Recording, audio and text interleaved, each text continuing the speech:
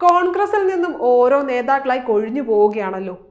ഈ കാഴ്ചയാണ് നമ്മൾ കാണുന്നതും. ഇങ്ങനെ തമ്മിലടിയും അഴിമതിയും നിറഞ്ഞൊരു പാർട്ടി വേറെ ഇല്ല എന്ന് തന്നെ വേണം പറയാൻ. അവർ ഓരോ ദിവസവും തെളിയിക്കുകയാണ്. അതുകൊണ്ട് തന്നെയാണല്ലോ ഇങ്ങനെ നേതാക്കൾ ഇറങ്ങി പോകുന്നതും. ഇപ്പോൾ കോൺഗ്രസ് മുൻ DCC president Babu George Congress party വിട്ട് CPM-ലേക്ക് പോകാൻ ഒരുങ്ങുകയാണ്.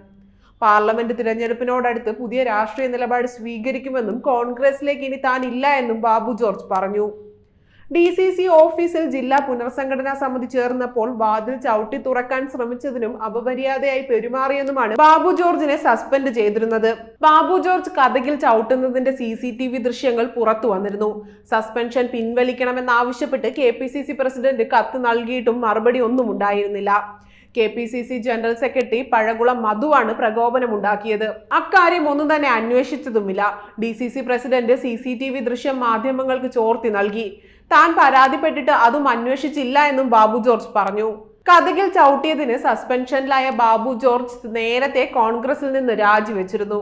Antony, DCC president Satheesh Kochuparambil, PJ Kurian, Pazhakulam Madhu എന്നിവരടങ്ങുന്ന ഉപജാപക സംഘം ഒട്ടേറെ കോൺഗ്രസ് പ്രവർത്തകരെയാണ് വെട്ടിനിരത്തിയത്. താനും അതിൽപ്പെട്ട ഒരാളാണ്. ജില്ലയിലെ മുതിർന്ന നേതാവിന്റെ ഇംഗിതത്തിന് വഴങ്ങാത്തവരെ വെട്ടിൽ നിരത്തുന്ന രീതിയാണുള്ളതെന്നും ബാബു ജോർജ് ആരോപിച്ചു. ഇതുപോലെ തന്നെ സമാനമായി കഴിഞ്ഞ ദിവസം മുതിർന്ന കോൺഗ്രസ് നേതാവായ TN പ്രതാപനും പാർട്ടി വിട്ടിരുന്നു. എന്തായാലും ഒട്ടും വൈകാതെ തന്നെ കോൺഗ്രസ് പാർട്ടി പിരിച്ചുവിടലിന്റെ വക്കിലേക്ക് എത്തുമെന്നത് ഉറപ്പ് തന്നെയാണ്. കൂടുതൽ വാർത്തകൾ അറിയുവാനായി ഈ ചാനൽ സബ്സ്ക്രൈബ് ചെയ്ത് ഫോളോ ചെയ്യുക.